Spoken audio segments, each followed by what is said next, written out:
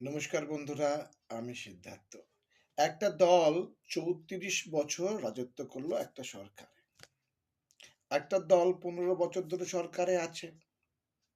একটা দল ৩৪ বছরের গভর্নেন্স দিয়েছিল। মানে সরকার আইনের শাসন দিয়েছিল, গভর্নেন্স দিয়েছিল।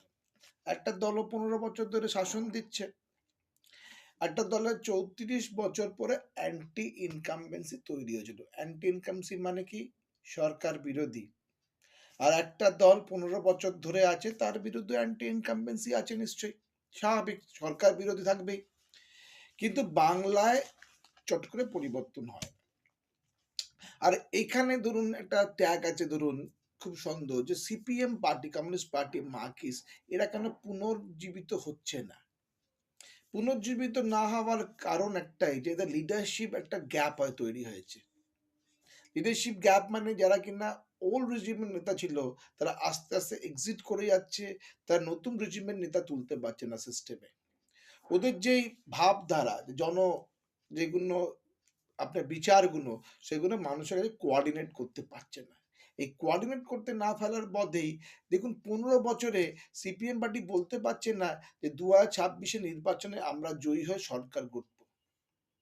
আমি বুক ঠুকে বলতে পারছি, মমতা ব্যানার্জি কিন্তু বলছে যে বইমেলা থেকে উনি বলেছেন যে আমরা একটা বই তীর্থ করব, সরকারে নির্বাচনের পরে আগামী বছরের মধ্যে করে দেব।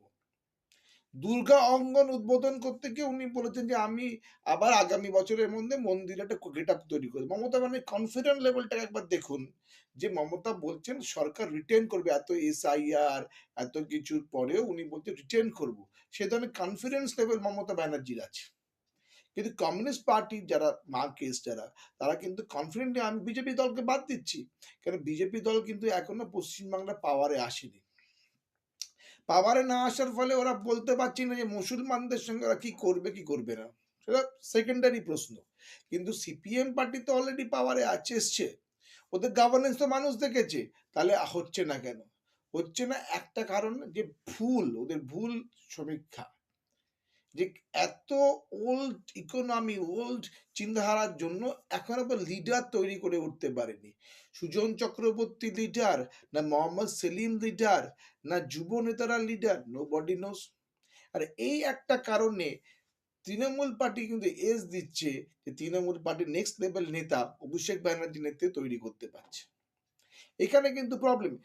বিজেপি পার্টি কিন্তু ন্যাশনাল পার্টি, তারাও চেষ্টা করছে। তাদের একটু প্রবলেম আছে, তারা ভোট পার্সেন্টেজ বাড়িয়েছে অনেক, কিন্তু তারা বলতে পারছে না তারাও সরকারে আসতে পারবে কিনা। তাই এখন দেখার বিষয় পশ্চিমবাংলায়